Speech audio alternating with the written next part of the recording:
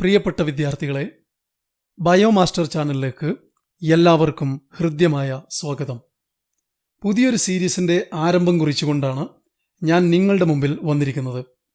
അതായത് +2 എത്തിയിട്ടുള്ള വിദ്യാർത്ഥികൾക്കായി ബയോളജിയിലെ ചാപ്റ്ററുകൾ വിശദമായി എന്നാൽ ലളിതമായി വിവരിക്കുന്ന സീരീസാണ് നാം തുടങ്ങാൻ പോകുന്നത്.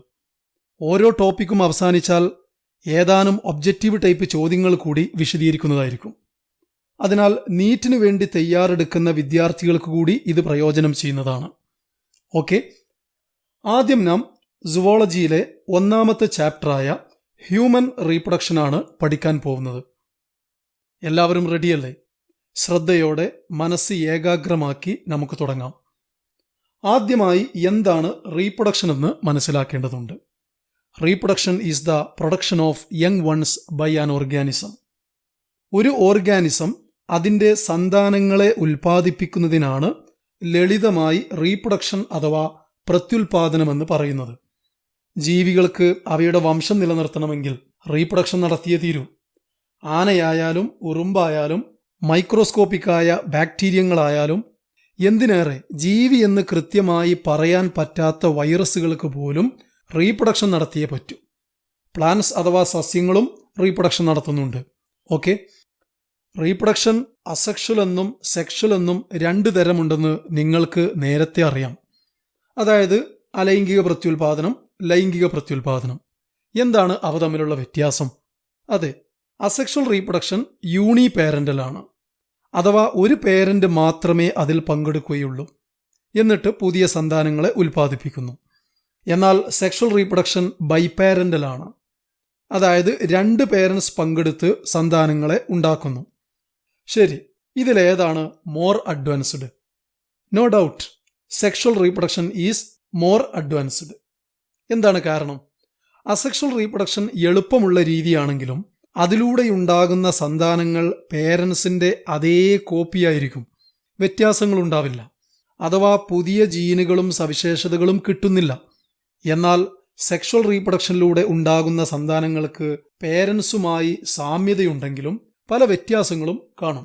കാരണം 2 പേരൻസിൻ്റെ ജീനുകളാണല്ലോ സന്താനത്തിന് കിട്ടുന്നത്. അപ്പോൾ പുതിയ കോമ്പിനേഷനുകളുള്ള, സവിശേഷതകളുള്ള, പല വെറൈറ്റികളിലുള്ള സന്താനങ്ങൾ ഉണ്ടാവുന്നു. മാറുന്ന ചുറ്റുപാടിനും സാഹചര്യങ്ങൾക്കുമൊപ്പം മുന്നേറാനും വളരാനും ഈ വൈവിധ്യം ആവശ്യമാണ്. അതുകൊണ്ടാണ് sexual reproduction is more advanced than asexual reproduction എന്ന് പറയുന്നത്. ക്ലിയർ? ഓക്കെ, സെക്ഷൽ റീപ്രൊഡക്ഷൻ്റെ മറ്റൊരു പ്രത്യേകത ഗ്യാമീറ്റ്സ് എന്ന് വിളിക്കുന്ന പ്രത്യേകതരം സെല്ലുകൾ ഉണ്ടായിരിക്കുമെന്നതാണ്. ഇവയിൽ മെയിൽ പേരന്റിന്റെ ബോഡിയിൽ രൂപപ്പെടുന്ന ഗ്യാമേറ്റിനെ സ്പേം അഥവാ പുംബീജമെന്നാണ് പറയുക. ഫീമെയിൽ പ്രൊഡ്യൂസ് ചെയ്യുന്ന ഗ്യാമേറ്റിനെ ഓവം ഓർ എഗ് എന്ന് പറയുന്നു. മലയാളത്തിൽ അണ്ടമെന്ന് വിളിക്കും. എഗ്ഗിലേക്ക് സ്പേം വന്ന് കൂടിച്ചേരും. അതിനാണ് ഫെർട്ടിലൈസേഷൻ എന്ന് പറയുന്നത്. അതിന്റെ ഫലമായി ഉണ്ടാകുന്ന സിംഗിൾ സെല്ലിനെ സൈഗോട്ട് അഥവാ ഫെർട്ടിലൈസ്ഡ് എഗ് എന്ന് വിളിക്കുന്നു. സൈഗോട്ട് ഡെവലപ്പ് ചെയ്ത് എംബ്രിയോ അഥവാ ഭ്രൂണമാകുന്നു. അവസാനം അതൊരു പൂർണ്ണ വളർച്ചയെത്തിയ ശിശുവായി തീരുന്നു. ഇതാണ് പൊതുവെ സെക്ഷൽ റീപ്രൊഡക്ഷൻ. അസെക്ഷൽ റീപ്രൊഡക്ഷനിൽ ഇത്തരം കാര്യങ്ങളൊന്നും നടക്കുകയില്ല. ഓക്കെ, ഇനി സെക്ഷൽ റീപ്രൊഡക്ഷനുമായി ബന്ധപ്പെട്ട് ആമുഖമായി അല്പം കാര്യങ്ങൾ കൂടി പറയാം. ചില അനിമൽസ് അവയുടെ ഫെർട്ടിലൈസ്ഡ് എഗ്ഗിനെ പുറത്തേക്ക് റിലീസ് ചെയ്യും. നാടൻ ഭാഷയിൽ പറഞ്ഞാൽ മുട്ടയിടും. എന്നിട്ട് പുറത്തു വെച്ച് അത് ഡെവലപ്പ് ചെയ്ത് കുഞ്ഞായിത്തീരും. ഇത്തരം അനിമൽസിനെയാണ് ഒവിപാരസ് അനിമൽസ് എന്ന് പറയുന്നത്. പക്ഷേ ഇതിൻ്റെ ഒരു കുഴപ്പം സേഫ്റ്റി കുറവാണെന്നതാണ്. അതായത് മുട്ട ഏതെങ്കിലും ജീവികൾ അടിച്ചു മാറ്റും.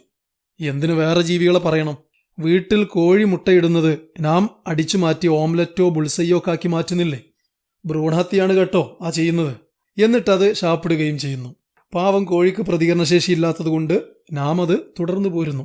ഓക്കെ, ഇനി മറ്റു ചില അനിമൽസിൽ ഫെർട്ടിലൈസ്ഡ് എഗ്ഗ് ഫീമെയിലിന്റെ ബോഡിക്കകത്ത് തന്നെ സുരക്ഷിതമായ ഒരു സ്ഥലത്ത് ഡെവലപ്പ് ചെയ്ത് ഒരു ശിശുവായിത്തീരുന്നു. അങ്ങനെ ആ കുഞ്ഞിനെ പ്രസവിക്കുന്നു. ഇത്തരം അനിമൽസിനെ വിവിപാരസ് എന്നാണ് പറയുക. ഒവിപാരസിനേക്കാൾ സേഫ് വിവിപാരസ് ആണെന്ന് പറയേണ്ടതില്ലല്ലോ. കൂടാതെ എംബ്രിയോക്ക് നന്നായി പോഷകങ്ങൾ ലഭിക്കാനും വിവിപാരസ് കണ്ടീഷൻ സഹായിക്കും.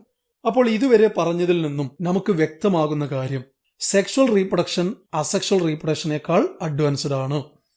അതുപോലെ വിവിപാരിറ്റി ഒവിപാരിറ്റിയേക്കാൾ അഡ്വാൻസ്ഡ് ആണ്. എങ്കിലൊരു ചോദ്യം, മനുഷ്യന്റെ റീപ്രൊഡക്ഷൻ ഏത് ടൈപ്പായിരിക്കും? യെസ്, മനുഷ്യൻ കൂടുതൽ അഡ്വാൻസ്ഡ് ആണ്.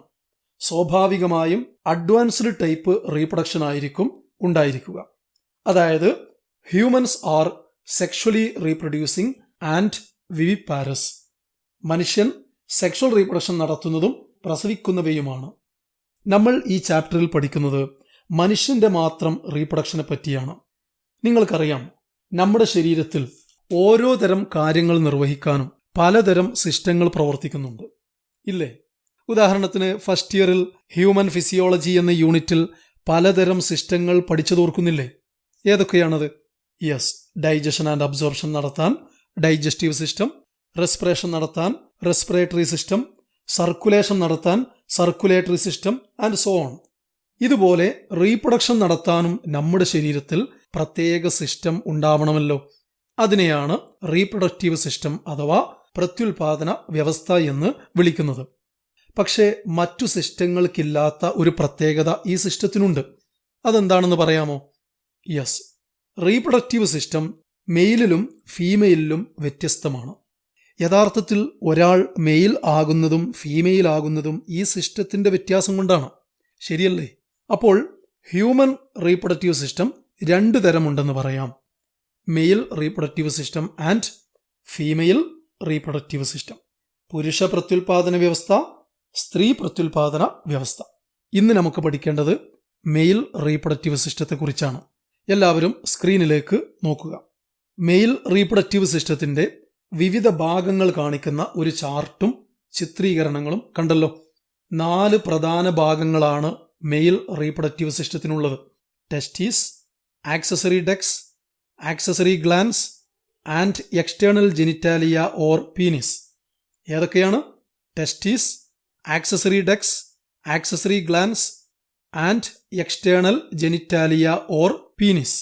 ഇനി ഇതിൽ ആക്സസറി ഡക്സിനെ വീണ്ടും 4 ഭാഗമായി തിരിക്കാം: rete testis, vasa efferentia, epididymis and vas deferens. ഒരിക്കൽ കൂടി: rete testis, vasa efferentia, epididymis and vas deferens. അതുപോലെ ആക്സസറി ഗ്ലാൻസ് 3 ടൈപ്പ് ഉണ്ട്: prostate gland, seminal vesicles and Cowper's or bulbo urethral glance. ഏതൊക്കെയാണ്? Prostate gland, seminal vesicles, Cowper's or bulbo urethral glands. Okay, ഈ chart നിങ്ങൾ ആദ്യം വായിക്കാൻ പഠിക്കുക, എന്നിട്ട് by heart ചെയ്യുക.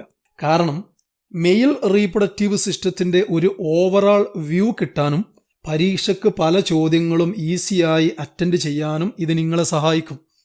ഇനി നമുക്ക് ചെയ്യാനുള്ളത് ഓരോ ഭാഗങ്ങളും പ്രത്യേകം പഠിക്കുക എന്നതാണ്. ആദ്യം ടെസ്റ്റീസ് അഥവാ വൃഷ്ണങ്ങൾ. മെയിലിന്റെ പ്രൈമറി സെക്സ് ഓർഗനാണ് ഒരു ജോഡി വൃഷ്ണങ്ങൾ. പ്രൈമറി സെക്സ് ഓർഗൻ എന്ന് പറയാൻ കാരണം ഇവയാണ് മെയിൽ ഗ്യാമേറ്റായ സ്പേംസ് പ്രൊഡ്യൂസ് ചെയ്യുന്നത്. സ്പേമില്ലാതെ സെക്ഷൽ റീപ്രൊഡക്ഷൻ ഇല്ലല്ലോ. ഇതുകൂടാതെ ടെസ്റ്റിസ് ഒരു എൻഡോക്രൈൻ ഗ്ലാൻഡ് കൂടിയാണ്. അതായത് ടെസ്റ്റിസ് ടെസ്റ്റോസ്റ്റിറോൺ എന്ന ഒരു ഹോർമോണിനെ പ്രൊഡ്യൂസ് ചെയ്യുന്നു. ഇത് പുരുഷ ഹോർമോൺ എന്നാണ് അറിയപ്പെടുന്നത്. അപ്പോൾ നിങ്ങളിൽ ചിലർക്കെങ്കിലും ഒരു സംശയം തോന്നും, ടെസ്റ്റിസ് ഉൽപ്പാദിപ്പിക്കുന്നത് ആൻഡ്രോജൻ അല്ലേ എന്ന്. യഥാർത്ഥത്തിൽ ആൻഡ്രോജൻസ് എന്ന് പറയുന്നത് പലതരം ഹോർമോണുകളുടെ ഒരു ഗ്രൂപ്പിന് പറയുന്ന പേരാണ്. പ്രധാനപ്പെട്ട ഒരു ആൻഡ്രോജനാണ് ടെസ്റ്റോസ്റ്റിറോൺ. ടെസ്റ്റോസ്റ്റിറോൺ അല്ലാത്ത വേറെയും ആൻഡ്രോജനുകൾ ഉണ്ട്, നമ്മളതിവിടെ ചർച്ച ചെയ്യേണ്ടതില്ല. ഓക്കെ, ടെസ്റ്റിസ് ഉൽപ്പാദിപ്പിക്കുന്ന പ്രധാനപ്പെട്ട ആൻഡ്രോജനാണ് ടെസ്റ്റോസ്റ്റിറോൺ. ടെസ്റ്റിസ്, ടെസ്റ്റോസ്റ്റിറോൺ ഓർക്കാൻ എളുപ്പമാണ് അല്ലേ? ഇനി ടെസ്റ്റിസ് സ്ഥിതി ചെയ്യുന്നത് സ്ക്രോട്ടൽ സാക്ക് അല്ലെങ്കിൽ സ്ക്രോട്ടത്തിലാണ്. സ്ക്രോട്ടം എന്ന് പറഞ്ഞാൽ വൃഷ്ണസഞ്ചി എന്നാണ് മലയാളം. അതിനകത്താണ് 2 ടെസ്റ്റിസുകൾ കിടക്കുന്നത്. സ്ക്രീനിൽ നിങ്ങൾക്ക് അതിൻ്റെ ചിത്രീകരണം കാണാം. കണ്ടല്ലോ, ആദ്യം കാണിച്ചിരിക്കുന്ന ചിത്രത്തിൽ തന്നെ ടെസ്റ്റിസ്, അത് സ്ക്രോട്ടം എന്ന് പറയുന്ന ഒരു സഞ്ചിക്കകത്ത് സ്ഥിതി ചെയ്യുന്നതായിട്ട് കൃത്യമായി കാണിച്ചിട്ടുണ്ട്.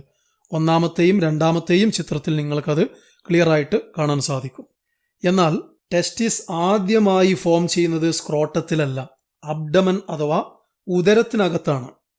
അമ്മയുടെ ഗർഭാശയത്തിനകത്ത് ഒരു ആൺകുഞ്ഞ് വളരുമ്പോൾ ടെസ്റ്റിസ് ആ കുഞ്ഞിന്റെ ഉദരത്തിനുള്ളിൽ രൂപപ്പെടുന്നു. പിന്നീട് ഗർഭം 8 മാസം കഴിയുമ്പോഴോ അല്ലെങ്കിൽ കുഞ്ഞ് ജനിച്ച ഉടനെയോ ടെസ്റ്റിസുകൾ 2 പ്രത്യേക കനാലുകളിലൂടെ താഴോട്ടിറങ്ങി സ്ക്രോട്ടൽ സാക്കിൽ എത്തിച്ചേരുകയാണ് ചെയ്യുന്നത്. ഇൻഗ്വിനൽ കനാൽ എന്നാണ് ആ കനാലുകളുടെ പേര്. സ്ക്രീനിൽ കാണുന്ന ചിത്രം ശ്രദ്ധിച്ചാൽ അത് വ്യക്തമായി കാണാം. താഴെയുള്ള 2 ചിത്രങ്ങൾ നോക്കൂ. ആദ്യത്തേത് ഫ്രണ്ട് വ്യൂ ആണ്. ആ ഫ്രണ്ട് വ്യൂവിൽ നിങ്ങൾക്ക് ഇൻഗ്വിനൽ കനാൽ എന്ന് പറയുന്ന 2 കനാലുകൾ ഇരുവശത്തായിട്ട് കൊടുത്തായിട്ട് കാണാൻ സാധിക്കും. അതുപോലെ താഴെയുള്ള രണ്ടാമത്തെ ചിത്രം സൈഡ് വ്യൂ ആണ് കാണിച്ചിരിക്കുന്നത്. അതിൽ ഇൻഗ്വിനൽ കനാൽ എന്ന് ലേബൽ ചെയ്തിട്ടുണ്ട്. ആ കനാലിലൂടെ ടെസ്റ്റിസ് താഴോട്ടിറങ്ങി സ്ക്രോട്ടൽ സാക്കിൽ എത്തിച്ചേരുകയാണ് ചെയ്യുന്നത്. ക്ലിയർ? എന്തിനാണ് ഇങ്ങനെ കനാലിലൂടെ ഇറങ്ങി വൃഷ്ണസഞ്ചിയിലെത്തുന്നത്? സ്വാഭാവികമായൊരു സംശയമാണ്. അബ്ഡമന്റെ ഉള്ളിൽ തന്നെ ഇരുന്നാൽ പോരെ, അല്ലേ? എന്നാൽ അതിന് വ്യക്തമായ കാരണമുണ്ട്. ടെസ്റ്റിസിന് ശരിയായ രീതിയിൽ പ്രവർത്തിക്കാനും സ്പേംസ് ഉൽപ്പാദിപ്പിക്കാനും ഒരു പ്രത്യേക ടെമ്പറേച്ചർ ആവശ്യമാണ്. നമ്മുടെ ബോഡി ടെമ്പറേച്ചർ അഥവാ 37 ഡിഗ്രി സെൽഷ്യസിനേക്കാൾ 2-2.5 ഡിഗ്രി കുറഞ്ഞ ടെമ്പറേച്ചറാണ് അതിനനുയോജ്യമായത്. സ്ക്രോട്ടൽ സാക്കിൽ അങ്ങനെ കുറഞ്ഞ ടെമ്പറേച്ചറാണുള്ളത്. അതുകൊണ്ടാണ് ടെസ്റ്റിസ് സ്ക്രോട്ടത്തിലേക്ക് വരുന്നത്. ഓക്കെ, ഇനി നമുക്ക് ഒരു ടെസ്റ്റിസിന്റെ ഘടന പരിശോധിക്കാം. ഓരോ ടെസ്റ്റിസും ഓവൽ ഷേപ്പിലുള്ളതാണ്. ചിത്രം കണ്ടാൽ തന്നെ വ്യക്തമാണ്. Oval shape, egg shape. 4 മുതൽ 5 സെന്റിമീറ്റർ വരെ നീളവും 2 മുതൽ 3 സെന്റിമീറ്റർ വരെ വീതിയുമുള്ളതാണ് ഓരോ ടെസ്റ്റിസും. ടെസ്റ്റിസിന്റെ ഉൾഭാഗത്ത് ടെസ്റ്റിക്കുലാർ ലൊബ്യൂൾസ് എന്ന് വിളിക്കുന്ന 250ഓളം കമ്പാർട്ട്മെന്റുകൾ കാണാം. ചിത്രം നോക്കൂ. ടെസ്റ്റിക്കുലാർ ലൊബ്യൂൾസ് എന്ന് ലേബൽ ചെയ്ത് കണ്ടില്ലേ? ഇവിടെ ആകെ 6 യൂണിറ്റുകൾ അല്ലെങ്കിൽ കമ്പാർട്ട്മെന്റുകളെ കാണിച്ചിട്ടുള്ളൂ. യഥാർത്ഥത്തിൽ ഒരു ടെസ്റ്റിസിനകത്ത് 250ഓളം കമ്പാർട്ട്മെന്റുകൾ ഉണ്ടായിരിക്കും. ഓരോ ലൊബ്യൂളിനകത്തും നല്ല രീതിയിൽ ചുരുണ്ട് കിടക്കുന്ന കുഴലുകൾ കാണാം. ആ കുഴലുകൾക്കാണ് സെമിനിഫറസ് ട്യൂബ്യൂൾസ് എന്ന് പറയുന്നത്. ഒരു ലൊബ്യൂളിനകത്ത് 1 മുതൽ 3 വരെ സെമിനിഫറസ് ട്യൂബ്യൂളുകൾ കാണാം. അങ്ങനെയാണെങ്കിൽ ഒരു ടെസ്റ്റിസിനകത്ത് ആകെ എത്ര സെമിനിഫറസ് ട്യൂബ്യൂൾസ് ഉണ്ടായിരിക്കും? ഒരു ലൊബ്യൂളിൽ 3 സെമിനിഫറസ് ട്യൂബ്യൂൾസ് ആണ് ഉള്ളതെന്ന് കണക്കാക്കുക. ഒരു ടെസ്റ്റിസിൽ ഏകദേശം 250 ലൊബ്യൂൾസ് ആണല്ലോ ഉള്ളത്. അപ്പോൾ 250 × 3 750 സെമിനിഫറസ് ട്യൂബ്യൂൾസ് ആണ് ഒരു ടെസ്റ്റിസിൽ ഉണ്ടായിരിക്കുക. അതായത് 2 ടെസ്റ്റിസിലും കൂടി 750 + 750 1500 സെമിനിഫറസ് ട്യൂബ്യൂളുകൾ ഉണ്ടായിരിക്കും. ഇതൊരു ഏകദേശ കണക്ക് മാത്രമാണ് കേട്ടോ. ശരി, ഇനി സ്ക്രീനിലേക്ക് വീണ്ടും ശ്രദ്ധിച്ചു നോക്കുക. ഒരു സെമിനിഫറസ് ട്യൂബ്യൂളിന്റെ ക്രോസ് സെക്ഷൻ കണ്ടില്ലേ? ഇതിനകത്ത് മെയിൽ ജേം സെൽസ് അഥവാ സ്പെർമറ്റോഗോണിയ, അതുപോലെ സെർട്ടോളി സെൽസ് അഥവാ സപ്പോർട്ടിംഗ് സെൽസ് എന്നീ സെല്ലുകൾ കാണാം. ജേം സെൽസ് ഡെവലപ്പ് ചെയ്തിട്ടാണ് സ്പേംസ് എന്ന മെയിൽ ഗ്യാമേറ്റ് ഉണ്ടാവുന്നത്. സെർട്ടോളി സെൽസ് ആവട്ടെ നഴ്സ് സെല്ലുകളാണ്, അഥവാ they give nutrition to the germ cells. അതായത് സ്പേമുകളാകാൻ വേണ്ടി ഡെവലപ്പ് ചെയ്യുന്ന ജേം സെല്ലുകൾക്ക് ആവശ്യമായ പോഷകങ്ങൾ നൽകുക എന്നതാണ് സെർട്ടോളി സെല്ലിന്റെ ജോലി. ചിത്രത്തിൽ സെമിനിഫറസ് ട്യൂബ്യൂളിന്റെ എൻലാർജ്ഡ് പോർഷൻ നോക്കിയാൽ ഡെവലപ്പ് ചെയ്യുന്ന ജേം സെല്ലുകളും സെർട്ടോളി സെല്ലുകളും കാണാം. നോക്കൂ, ഇവിടെ ഈ കാണുന്നതെല്ലാം ജേം സെല്ലുകളും അവയുടെ ഡെവലപ്പ് ചെയ്തു വരുന്ന വിവിധ രൂപങ്ങളുമാണ്. ആ ഡെവലപ്മെന്റിന്റെ ഘട്ടങ്ങളെക്കുറിച്ച് മറ്റൊരു സെക്ഷനിൽ നമുക്ക് വിശദമായി പഠിക്കാനുണ്ട്. അപ്പോൾ അതിനെക്കുറിച്ച് നമുക്ക് സംസാരിക്കാം. ഇതിലെവിടെയാണ് സെർട്ടോളി സെൽസ് എന്നൊരു സംശയം നിങ്ങൾക്കുണ്ടായിട്ടുണ്ടാകും, അല്ലേ? നോക്കൂ, ജേം സെല്ലുകൾ അല്ലാത്ത ബാക്കി ഭാഗം, ഒരു ലൈറ്റ് റെഡ് കളറിൽ കാണുന്ന ഭാഗം, അതാണ് സെർട്ടോളി സെൽസ്. ഡെവലപ്പ് ചെയ്തു വരുന്ന സ്പേമുകൾ അവയുടെ തല സെർട്ടോളി സെൽസിൽ പൂഴ്ത്തിയിരിക്കും. ഈ കാണുന്ന ഭാഗം നോക്കുക, ഇത് സ്പേമുകളാണ്. ആ സ്പേമുകൾ സെർട്ടോളി സെൽസിൽ അവയുടെ ഹെഡ് എംബഡ് ചെയ്തിരിക്കുന്നു, പൂഴ്ത്തിയിരിക്കുന്നു. ഒരു കാര്യം കൂടി ശ്രദ്ധിക്കുക, നമ്മുടെ NCERT ടെക്സ്റ്റ് ബുക്കിൽ കൊടുത്ത ചിത്രം കൂടി ഇവിടെ കൊടുത്തിട്ടുണ്ട്. ഇതിൽ സെർട്ടോളി സെൽസ് എന്ന് ലേബൽ ചെയ്ത് കണ്ടല്ലോ.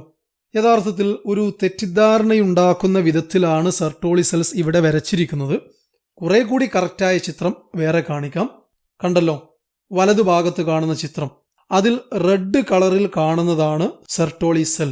ശാഖകൾ പോലെ ഭാഗങ്ങളുള്ള ഒരു ക്രിസ്മസ് ട്രീ മാതിരി തോന്നിക്കുന്നതാണ് സെർട്ടോളി സെൽ. താഴെ ഡെവലപ്പ് ചെയ്യുന്ന സ്പേംസിന്റെ ഹെഡ് സെർട്ടോളി സെല്ലിലേക്ക് ഇറങ്ങിയിരിക്കുന്നത് കാണാം. ശരി, ഇനി നമുക്ക് സെമിനിഫറസ് ട്യൂബ്യൂളിന്റെ പുറംഭാഗത്തെക്കുറിച്ചാണ് പഠിക്കേണ്ടത്.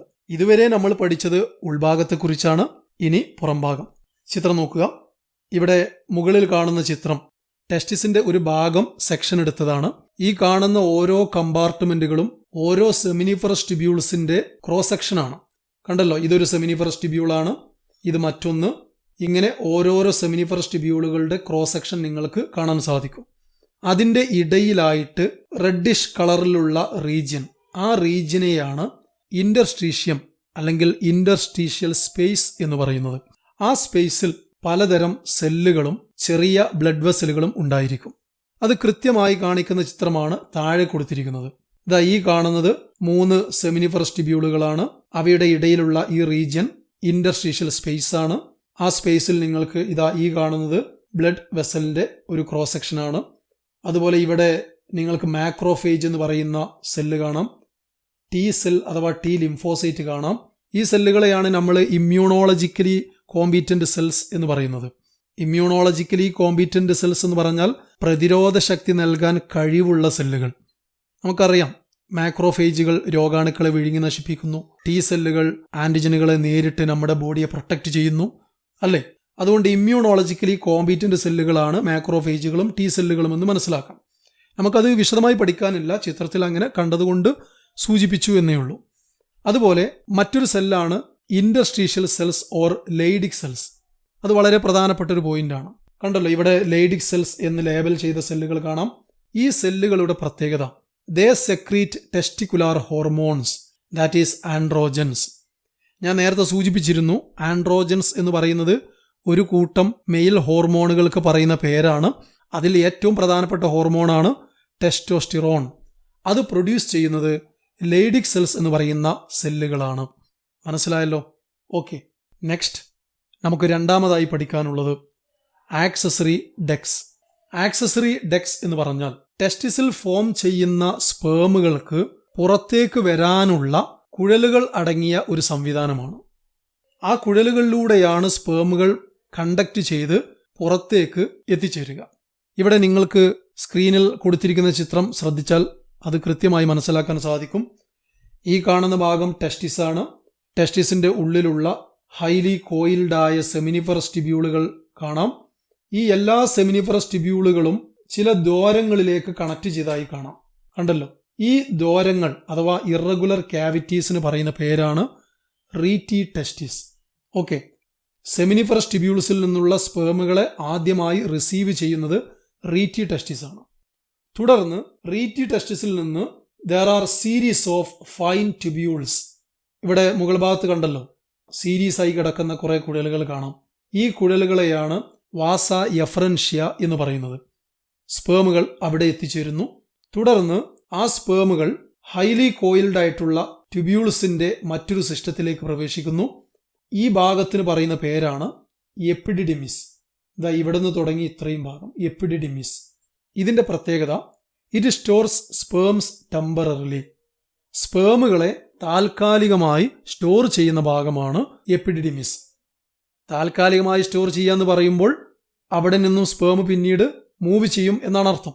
എപ്പിഡിഡിമിസിൽ നിന്ന് സ്പേമുകൾ വാസ് ഡെഫറൻസ് എന്ന് പറയുന്ന കുഴലിലേക്കാണ് തുടർന്ന് കയറുക. ഇതാ ഈ ഭാഗമാണ് വാസ് ഡെഫറൻസ്. ഇവിടെ നിന്നാണ് വാസ് ഡെഫറൻസിന്റെ തുടക്കം. ഇതിന്റെ ബാക്കി ഭാഗം നമുക്ക് അടുത്ത ചിത്രത്തിൽ വ്യക്തമാകും. നോക്കൂ, സ്ക്രീനിൽ കാണുന്ന രണ്ടാമത്തെ ചിത്രം. ആ ചിത്രത്തിൽ ഇതാ ഈ കാണുന്നത് ടെസ്റ്റിസ്, ഇത് എപ്പിഡിഡിമിസ് ആണ്. എപ്പിഡിഡിമിസിൽ നിന്ന് ഈ നീളത്തിൽ മുകളിലേക്ക് പോകുന്ന ഈ കുഴലാണ് വാസ് ഡെഫറൻസ്. 2 ടെസ്റ്റിസുകൾ ഉള്ളതുകൊണ്ട് 2 വാസ് ഡെഫറൻസ് ഉണ്ടായിരിക്കും. ഇതിലൂടെ സ്പേമുകൾ കണ്ടക്ട് ചെയ്ത് വരുന്നു. ഓക്കെ, വാസ് ഡെഫറൻസ് തുടർന്ന് ജോയിൻ ചെയ്യുന്നത് കോമൺ ഇജാക്കുലേറ്ററി ഡക്റ്റ് എന്ന് പറയുന്ന ഒരു ഭാഗത്തേക്കാണ്. ഇവിടെ നിങ്ങൾ സെമിനൽ വെസിക്കിൾ എന്ന് പറയുന്ന ഒരു ഭാഗം കണ്ടല്ലോ, അതിനെക്കുറിച്ച് നമുക്ക് പുറകെ പറയാം. ഈ സെമിനൽ വെസിക്കിളിൽ നിന്നുള്ള ഒരു ഡക്റ്റ്, ഒരു കുഴൽ, ആ കുഴലുമായി വാസ് ഡെഫറൻസ് വന്ന് ജോയിൻ ചെയ്യും. അങ്ങനെ ജോയിൻ ചെയ്തുണ്ടാകുന്ന കുഴലാണ് കോമൺ ഇജാക്കുലേറ്ററി ഡക്റ്റ് എന്ന് പറയുന്നത്. തുടർന്ന് കോമൺ ഇജാക്കുലേറ്ററി ഡക്റ്റിൽ നിന്ന് സ്പേമുകൾ താഴോട്ട് യുരിത്ര, അതായത് മൂത്രനാളം എന്ന് പറയുന്ന കുഴലിലൂടെ വരുന്നു. എന്നിട്ട് യുരിത്രൽ മീറ്റസ് എന്ന് പറയുന്ന ഓപ്പണിങ്ങിലൂടെ സ്പേംസ് പുറത്തേക്ക് റിലീസ് ചെയ്യുന്നു. ക്ലിയർ ആയല്ലോ? അപ്പോൾ ഇതുവരെ പറഞ്ഞതിൽ നിന്ന് ടെസ്റ്റിസിൽ നിന്ന് സ്പേമുകൾ പുറത്തേക്ക് വരുന്ന ആ ഒരു റൂട്ട്, അതിന്റെ സീക്വൻസ് നിങ്ങൾ കൃത്യമായി പഠിക്കേണ്ടതുണ്ട്. പരീക്ഷയ്ക്ക് ചോദിക്കാൻ നല്ല സാധ്യതയുള്ള ഒരു ഭാഗമാണിത്. അത് കാണിക്കുന്ന ഒരു ഫ്ലോ ചാർട്ട് ഇവിടെ കൊടുത്തിരിക്കുന്നു. സെമിനിഫറസ് ട്യൂബ്യൂൾസ്, അവിടെ നിന്ന് sperm rete testis, then vasa efferentia, epididymis, vas deferens, common ejaculatory duct, urethra, then urethral meatus. ഈ ഒരു ക്രമത്തിലാണ് സ്പേംസ് കണ്ടക്ട് ചെയ്യുന്നത്. ഇത് കൃത്യമായി പഠിക്കുക. ഓക്കെ, നെക്സ്റ്റ് ആക്സസറി ഗ്ലാൻസ്, സഹായക ഗ്രന്ഥികൾ. ഇവ ചില ഗ്ലാൻഡുകൾ അഥവാ ഗ്രന്ഥികളുടെ ഒരു സിസ്റ്റമാണ്. മെയിൽ റീപ്രൊഡക്റ്റീവ് സിസ്റ്റത്തിൽ 3 പ്രധാനപ്പെട്ട ആക്സസറി ഗ്ലാൻഡുകളാണ് ഉണ്ടായിരിക്കുക. A pair of seminal vesicles, a prostate gland and a pair of Cowper's or bulbo urethral glands. ഇവ ചില സെക്രീഷൻസ് റിലീസ് ചെയ്യും. അതുകൊണ്ടാണ് ഗ്ലാൻഡ്, ഗ്രന്ഥി എന്ന് വിളിക്കുന്നത്. ചിത്രത്തിൽ നിങ്ങൾക്ക് അതിന്റെ സ്ഥാനം കാണാം. ഈ കാണുന്നതാണ് സെമിനൽ വെസിക്കിൾസ്. ഈ സൈഡിൽ ഒന്ന്, ഈ സൈഡിൽ മറ്റൊന്ന്, അങ്ങനെ 2 സെമിനൽ വെസിക്കിളുകൾ. അതുപോലെ എ പ്രോസ്റ്റേറ്റ് ഗ്ലാൻഡ്, ഇവിടെ യൂറിനറി ബ്ലാഡറിന് താഴെയായിട്ട് കാണുന്ന ഈ സ്ട്രക്ചറാണ് പ്രോസ്റ്റേറ്റ് എന്ന് പറയുന്നത്. അതിന് താഴെയായിട്ട് യുരിത്ര എന്ന് പറയുന്ന ഭാഗം കണ്ടല്ലോ, ആ യുരിത്ര ആരംഭിക്കുന്ന ഭാഗത്ത് ഇരുവശങ്ങളിലായിട്ട് കാണുന്ന ചെറിയ 2 ഗ്ലാൻഡുകളാണ് ബൾബോ യുരിത്രൽ ഗ്ലാൻഡ്സ്. ഇത് വളരെ വ്യക്തമായി കാണിക്കുന്ന ചിത്രമാണ് രണ്ടാമത്തേത്. കുറെ കൂടി വലുതായി കൃത്യമായി നിങ്ങൾക്ക് കാണാം. ഈ കാണുന്നതാണ് സെമിനൽ വെസിക്കിൾ 2 എണ്ണം.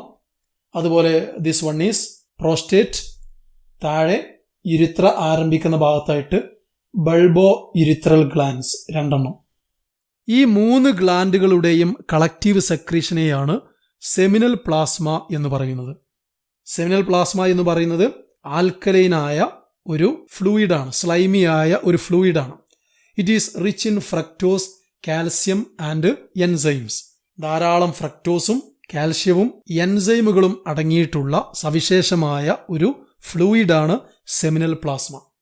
വാസ് ഡെഫറൻസ് വഴി സ്പേമുകൾ വരുമ്പോൾ ആക്സസറി ഗ്ലാൻഡുകളിൽ നിന്നുള്ള സെക്രീഷൻസ് അഥവാ സെമിനൽ പ്ലാസ്മയിലേക്ക് ഈ സ്പേമുകൾ വന്ന് കലരും. ഇത് രണ്ടും കൂടി കലർന്നു കഴിഞ്ഞുണ്ടാകുന്ന മിക്സ്ചറിനെയാണ് സെമൻ അഥവാ ശുക്ലമെന്ന് പറയുന്നത്. Seminal plasma plus sperms, that is semen. അതായത് യുരിത്ര വഴി സ്പേമുകൾ ഒറ്റക്കല്ല പുറത്തേക്ക് റിലീസ് ചെയ്യുക, സെമനാണ് റിലീസ് ചെയ്യുക. ആ സെമൻ എന്ന് പറയുന്ന ഫ്ലൂയിഡിൽ കോടിക്കണക്കിന് സ്പേമുകൾ ഉണ്ടായിരിക്കും. മനസ്സിലായല്ലോ? Next, functions of seminal plasma. Seminal പ്ലാസ്മയുടെ ഫങ്ഷനുകളാണ് ഇനി നമുക്ക് പഠിക്കാനുള്ളത്. അതിലൊന്നാമത്തേത് ഹെൽപ്സ് ഫോർ ട്രാൻസ്പോർട്ടിംഗ് സ്പേംസ്. അതായത് ടെസ്റ്റിസിൽ നിന്ന് സ്പേമുകൾ കണ്ടക്ട് ചെയ്ത് പുറത്തേക്ക് വരുമല്ലോ ആക്സസറി ഡക്റ്റുകൾ വഴി. അങ്ങനെ വരുമ്പോൾ ഈ സ്പേമുകൾക്ക് സഞ്ചരിക്കാനുള്ള ഒരു മീഡിയമായി പ്രവർത്തിക്കുവാൻ സെമിനൽ പ്ലാസ്മ സഹായിക്കും. സ്പേമുകൾക്ക് സ്വയം ചലിക്കാനുള്ള കഴിവുണ്ട്, കാരണം അവക്ക് വാലുണ്ട്, എനർജി നൽകാനുള്ള സംവിധാനവുമുണ്ട്. പക്ഷേ ചലിക്കണമെങ്കിൽ അതിനൊരു മീഡിയം ആവശ്യമാണ്. ആ മീഡിയമാണ് സെമിനൽ പ്ലാസ്മ. അതുപോലെ seminal plasma supplies nutrients to sperms. സ്പേമുകൾക്ക് ആവശ്യത്തിന് പോഷകങ്ങൾ നൽകുന്നു. ധാരാളം ഫ്രക്ടോസും കാൽഷ്യവും ഒക്കെ അടങ്ങിയിട്ടുള്ള ന്യൂട്രിറ്റീവായ ഒരു ഫ്ലൂയിഡാണ് സെമിനൽ പ്ലാസ്മ. ആ ന്യൂട്രീഷൻസ് സ്പേമുകൾക്ക് നൽകുന്നു. അതുപോലെ it provides alkalinity to counteract acidity of uterus. അതായത് നിങ്ങൾക്കറിയാം, മെയിലിന്റെ സ്പേം റിലീസ് ചെയ്ത് ഫീമെയിലിന്റെ ബോഡിയിലേക്ക് എത്തിക്കണം. പക്ഷേ ഫീമെയിൽ റീപ്രൊഡക്റ്റീവ് സിസ്റ്റത്തിൽ വജൈനയുടെ ഭാഗത്തും യൂട്രസിന്റെ ഭാഗത്തും അസിഡിറ്റി ആയിരിക്കും. ഈ അസിഡിക് കണ്ടീഷനിൽ സ്പേമുകൾക്ക് ജീവിക്കാൻ ബുദ്ധിമുട്ടാണ്.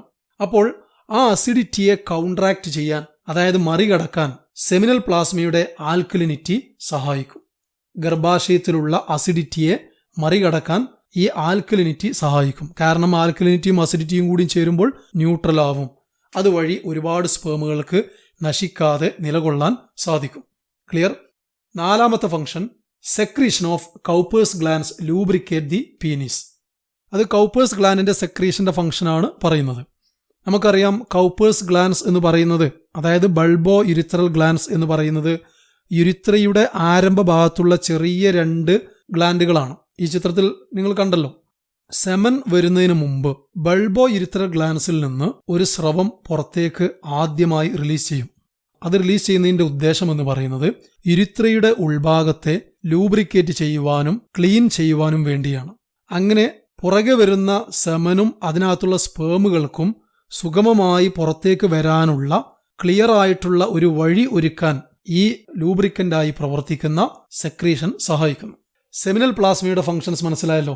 ഇനി ഇതുകൂടാതെ നമ്മൾ നേരത്തെ സൂചിപ്പിച്ച എപ്പിഡിഡിമിസ്, വാസ് ഡെഫറൻസ്, അതുപോലെ ഇവിടെ സൂചിപ്പിച്ച സെമിനൽ വെസിക്കിൾസ്, പ്രോസ്റ്റേറ്റ് ഗ്ലാൻഡ്, ഇവയുടെ എല്ലാം സെക്രീഷനുകൾ സ്പേമുകൾക്ക് മെച്ചുറേഷൻ നൽകുവാനും ചലനശേഷി നൽകുവാനുമൊക്കെ സഹായിക്കുന്നുണ്ട്. മനസ്സിലായല്ലോ.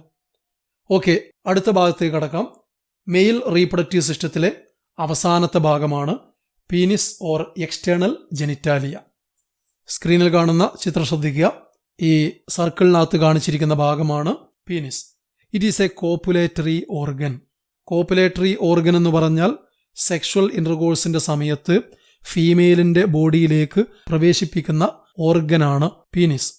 കാരണം പീനിസിന്റെ ഉള്ളിലുള്ള യുരിത്ര വഴിയാണ് സെമൻ ഫീമെയിലിലേക്ക് എത്തിച്ചേരുന്നത്. അതിന് സഹായിക്കുന്ന ഓർഗനാണ് അഥവാ കോപ്പുലേറ്ററി ഓർഗനാണ് penis. It is made up of special erectile spongy tissues. പീനിസിന്റെ ഉള്ളിൽ സവിശേഷമായ സ്പോഞ്ചിയായ ചില പ്രത്യേക കലകളുണ്ട്. It is highly vascular. അതിനകത്ത് ധാരാളം രക്തക്കുഴലുകൾ നിറഞ്ഞു കിടക്കുന്നു. ഈ സ്പോഞ്ചി ടിഷ്യൂസിനകത്ത് ബ്ലഡ് വന്ന് നിറയുമ്പോൾ ദ പീനിസ് ഇറക്സ്. അതായത് ഒരു മെയിൽ സെക്ഷൽ ഇന്റർകോഴ്സിന് തയ്യാറാവുമ്പോൾ പീനിസിലെ സ്പോഞ്ചി ടിഷ്യൂസിനകത്ത് ബ്ലഡ് വന്ന് നിറയുന്നു. അതിന്റെ ഫലമായി പീനിസ് നിവർന്നു വരുന്നു, സ്റ്റിഫാകുന്നു. It facilitates insemination. അതിന്റെ ഫലമായി ഇൻസെമിനേഷൻ ശരിയായ രീതിയിൽ നടക്കുന്നു. ഇൻസെമിനേഷൻ എന്ന് പറഞ്ഞാൽ മെയിലിൽ നിന്നുള്ള സെമൻ ഫീമെയിലിന്റെ റീപ്രൊഡക്റ്റീവ് സിസ്റ്റത്തിലേക്ക് ട്രാൻസ്ഫർ ആകുന്ന പ്രോസസ്സിന് പറയുന്ന പേരാണ്. അപ്പോൾ ഇൻസെമിനേഷൻ കൃത്യമായി നടക്കണമെങ്കിൽ പീനിസ് ഫീമെയിലിന്റെ റീപ്രൊഡക്റ്റീവ് സിസ്റ്റത്തിലേക്ക് ഇൻസേർട്ട് ചെയ്യേണ്ടതുണ്ട്.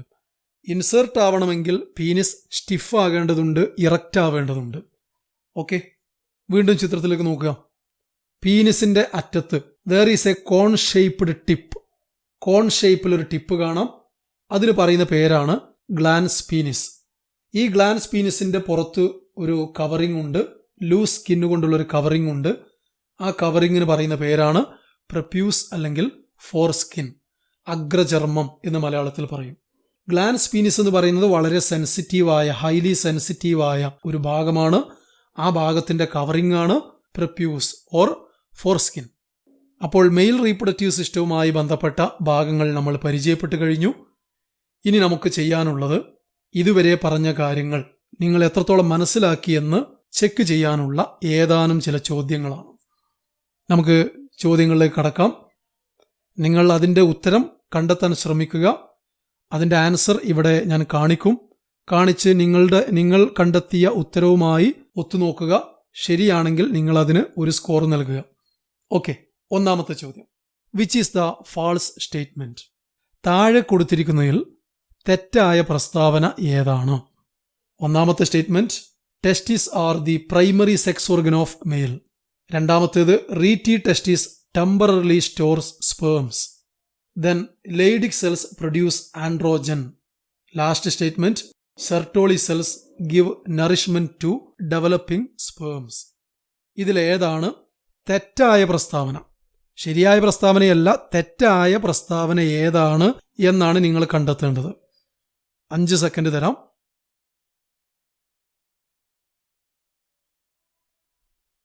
ഓക്കെ, നമുക്ക് ഉത്തരം നോക്കാം. ആദ്യം കൊടുത്തിരിക്കുന്ന testis are the primary sex organ of male, അത് തെറ്റായ പ്രസ്താവനയല്ല, ശരിയായ പ്രസ്താവനയാണ്. അതുപോലെ ലെയ്ഡിക് സെൽസ് പ്രൊഡ്യൂസ് ആൻഡ്രോജൻ, അത് ശരിയായ പ്രസ്താവനയാണ്. Sertoli cells give nourishment to developing sperms, അതും ശരിയായ പ്രസ്താവനയാണ്. ഇവിടെ തെറ്റായ പ്രസ്താവന ഓപ്ഷൻ ബി ആണ്. Rete testis temporarily stores sperms. അതിൻ്റെ വിശദീകരണം നിങ്ങൾക്ക് ഇവിടെ ബോക്സിൽ കൊടുത്തിരിക്കുന്നു. Epididymis is the temporary storage area of sperms. സ്പേമിനെ താൽക്കാലികമായി സ്റ്റോർ ചെയ്യുന്നത് എപ്പിഡിഡിമിസ് എന്ന് പറയുന്ന ഭാഗമാണ്. ഓർക്കുന്നുണ്ടല്ലോ. റീറ്റി ടെസ്റ്റിസ് എന്ന് പറഞ്ഞാൽ എന്താണ്? These are the irregular cavities that receive sperms from seminiferous tubules. Seminiferous ട്യൂബ്യൂൾസിൽ നിന്ന് സ്പേമുകളെ നേരിട്ട് സ്വീകരിക്കുന്ന ഇറഗുലറായ ചില ദ്വാരങ്ങളാണ് റീറ്റി ടെസ്റ്റിസ്. ക്ലിയർ? അടുത്ത ചോദ്യത്തിലേക്ക് പോകാം. Second question. Seminiferous tubules are lined internally with Leydig cells and Sertoli cells, Sertoli cells and phagocytes, spermatogonia and Sertoli cells, sperms and Leydig cells. ഇതിലേതാണ് സെമിനിഫറസ് ട്യൂബ്യൂളിന്റെ ഉൾഭാഗത്ത് ലൈൻ ചെയ്ത് കിടക്കുന്നത്? ഇതിന്റെ ശരിയുത്തരം ഏതാണ്? ഓപ്ഷൻ സി ആണ്, സ്പെർമറ്റോഗോണിയ ആൻഡ് സെർട്ടോളി സെൽസ്. അതിന്റെ എക്സ്പ്ലനേഷൻ ഇവിടെയുണ്ട്. Sertoli cells give shape and nourishment to developing spermatogonia. Develop ചെയ്തു വരുന്ന സ്പെർമറ്റോഗോണിയക്ക് സ്പേമായി മാറാൻ ആവശ്യമായ നറിഷ്മെന്റ്, പോഷകങ്ങളും സ്പേമിന്റെ ഷേപ്പും ഒക്കെ നൽകുന്നത് സെർട്ടോളി സെല്ലുകളാണ്. അതുപോലെ Leydig cells are present in the regions outside the seminiferous tubules, that is interstitial spaces. Leydig സെല്ലുകൾ എന്ന് പറയുന്നത് സെമിനിഫറസ് ട്യൂബ്യൂൾസിന്റെ ഉള്ളിലല്ല, നേരെ മറിച്ച് സെമിനിഫറസ് ട്യൂബ്യൂളുകളുടെ ഇടയിലായിട്ട് അഥവാ ഇന്റർസ്റ്റീഷ്യൽ സ്പേസുകളിലാണ് കിടക്കുന്നത്. അതുപോലെ ലൈഡിക് സെൽസിന്റെ ഒരു പ്രത്യേകതയാണ് they secrete testicular hormones, that is androgens. നമ്മൾ നേരത്തെ പഠിച്ചു കഴിഞ്ഞ തന്നെയാണ്. Okay, third question. Which of the following is the correct sequence of sperm conduction from ടെസ്റ്റിസ്?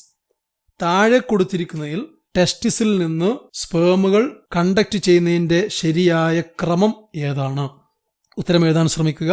10 second തരാം.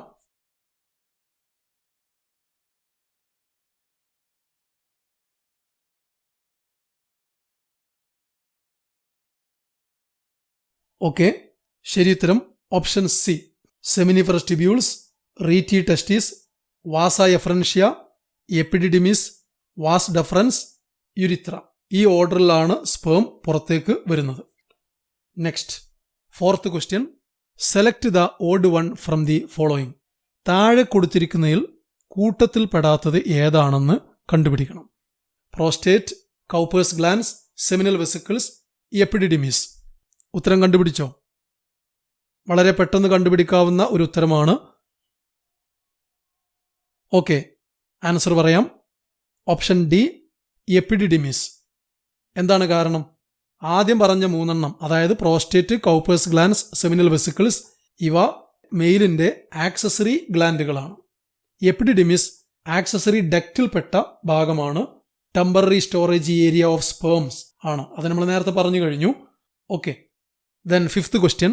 Collective secretion of males accessory glands is called seminal plasma, sperms, mucus, semen. Male accessory ഗ്ലാൻഡിന്റെ മൊത്തം സെക്രീഷന് പറയുന്ന പേരെന്താണെന്നാണ് ചോദ്യം. Answer കണ്ടുപിടിച്ചെന്ന് കരുതുന്നു. ശരിയുത്തരം സെമിനൽ പ്ലാസ്മ. സെമിനൽ പ്ലാസ്മയും സ്പേമുകൾ കൂടി കൂടിക്കലർന്നാൽ സെമനായി മാറും. ഓക്കെ, സെമിനൽ പ്ലാസ്മ ഒരു ആൽക്കലൈൻ ഫ്ലൂയിഡ് ആണ്. അതിനകത്ത് ധാരാളം ഫ്രക്ടോസും കാൽസ്യവും എൻസൈമുകളും ഉണ്ടെന്നൊക്കെ നമ്മൾ നേരത്തെ വിശദീകരിച്ചു. സെമിനൽ പ്ലാസ്മയും സ്പേമുകൾ കൂടി ചേർന്നാൽ ആ മിക്സ്ചറിന് പറയുന്ന പേരാണ് സെമൻ അഥവാ ശുക്ലം എന്ന് പറയുന്നത്. Last question. The cone shaped tip of the penis is called vas deferens, foreskin, glans penis, urethral meatus. ശരിയുത്തരം കണ്ടുപിടിച്ചെന്ന് കരുതുന്നു. ഓപ്ഷൻ സി ആണ് correct answer, glans penis. Vas deferens എന്ന് പറഞ്ഞാൽ it is a long duct that conducts sperms from epididymis. എപ്പിഡിഡിമിസിൽ നിന്ന് സ്പേമുകളെ conduct ചെയ്യുന്ന നീളമേറിയ കുഴലാണ് വാസ് ഡെഫറൻസ്. അതുപോലെ ഫോർസ്കിൻ എന്ന് പറഞ്ഞാൽ അല്ലെങ്കിൽ പ്രപ്യൂസ് എന്ന് പറഞ്ഞാൽ is a loose skin that covers the glance penis. Glans penis എന്ന് പറയുന്ന ആ സെൻസിറ്റീവ് ടിപ്പ്, അതിനെ കവർ ചെയ്യുന്ന സ്കിന്നാണ് ഫോർസ്കിൻ. യുരിത്രൽ മീറ്റസ് എന്ന് പറഞ്ഞാൽ ഈസ് ദ ഓപ്പണിംഗ് ഓഫ് യുരിത്ര. യുരിത്രയിൽ നിന്ന് പുറത്തേക്കുള്ള ദ്വാരമാണ്, ഓപ്പണിംഗ് ആണ് യുരിത്രൽ മീറ്റസ് എന്ന് പറയുന്നത്. ഓക്കെ, ഹ്യൂമൻ റീപ്രൊഡക്ഷൻ എന്ന് പറയുന്ന ചാപ്റ്ററിലെ 1ാമത്തെ ടോപ്പിക്ക് ഇവിടെ അവസാനിക്കുകയാണ്. ഇതിൻ്റെ 2ാം ഭാഗവുമായി വീണ്ടും വരാം. ഈ പറഞ്ഞ ഭാഗങ്ങൾ വളരെ കൃത്യമായി പഠിക്കുകയും എന്തെങ്കിലും സംശയങ്ങളുണ്ടെങ്കിൽ ചോദിക്കുകയും ചെയ്യുക.